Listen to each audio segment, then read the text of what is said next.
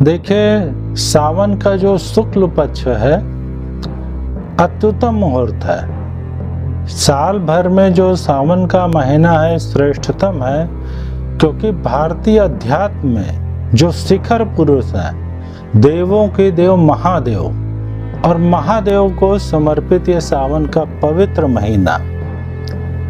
तो चूंकि हम जब भारतीय अध्यात्म को देखते हैं तो भगवान शिव जो है वो सागर की गहराई और हिमालय की ऊंचाई, ये दोनों चीजें हमें भगवान शिव में दिखाई पड़ती है। और भगवान शिव से संबंधित होने के कारण से सावन श्रेष्ठतम मुहूर्त है, बेहतरीन है, सर्वश्रेष्ठ है। इस कारण से सावन को बहुत ही श्रेष्ठ माना जाता है। साधना की दृष्टि से, आराधना की दृष्टि से, भगवान शिव का जो आशीर्वाद है उसकी प्राप्ति की दृष्टि से हम लोग वर्ष भर भगवान शिव की पूजा आराधना करते हैं, लेकिन सावन के महीने में अगर हम भगवान शिव की पूजा आराधना कर रहे हैं तो उसका फल जो है कई गुना ज़्यादा मिलता है। और भगवान शिव वह अकेले ऐसे हैं जो हमें भोग भी देते हैं और मोक्ष भी देते हैं। संसारिक उपलब्धियां भी भगवान शिव की ब्लेसिंग से लोगों को मिली हैं। हम चाहे वो देवता हों और चाहे वो राक्षस हों, जिस पे भोलेनाथ प्रसन्न हो गए उन्होंने ब्लेसिंग दी। और जब सब कोई छोड़ देते हैं हमको, जो अंतिम समय होता है उसके बाद जो भभूत है, शमशानवासी हैं भगवान शिव, तो भगवान शिव वहाँ भी व्यक्ति को सपोर्ट करते हैं, सहयोग करते हैं, अपना आशीर्वाद देते हैं। तो एक अद्भुत जो है ये समय है भगवान शिव का, सावन का महीना। और ये जो सावन के सोमवार हैं, अगर हम पूरे सावन में पूजा करते हैं भगवान शिव की, पूरे के पूरे महीने श्रेष्ठतम है।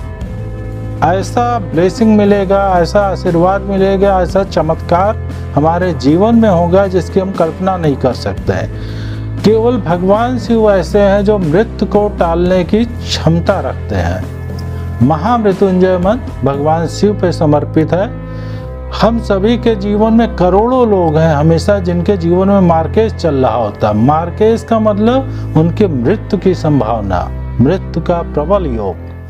लेकिन अगर भगवान शिव की वो आराधना करते हैं पूरे सावन भर या सावन के सारे सोमवारों में, सारे सोमवार जो सावन में, तो मृत्यु को भी टालने की क्षमता भगवान शिव में है, महादेव में है। तो हम अगर सावन की महिमा देखें और महादेव की, तो हम सारे लोग जो है पूरे जीवन वर्णन करते रहेंगे महादेव की और सावन की जो महिमा है, जो उसकी गरिमा है, जो महानता है, हम नहीं व्यक्त कर पाएंगे।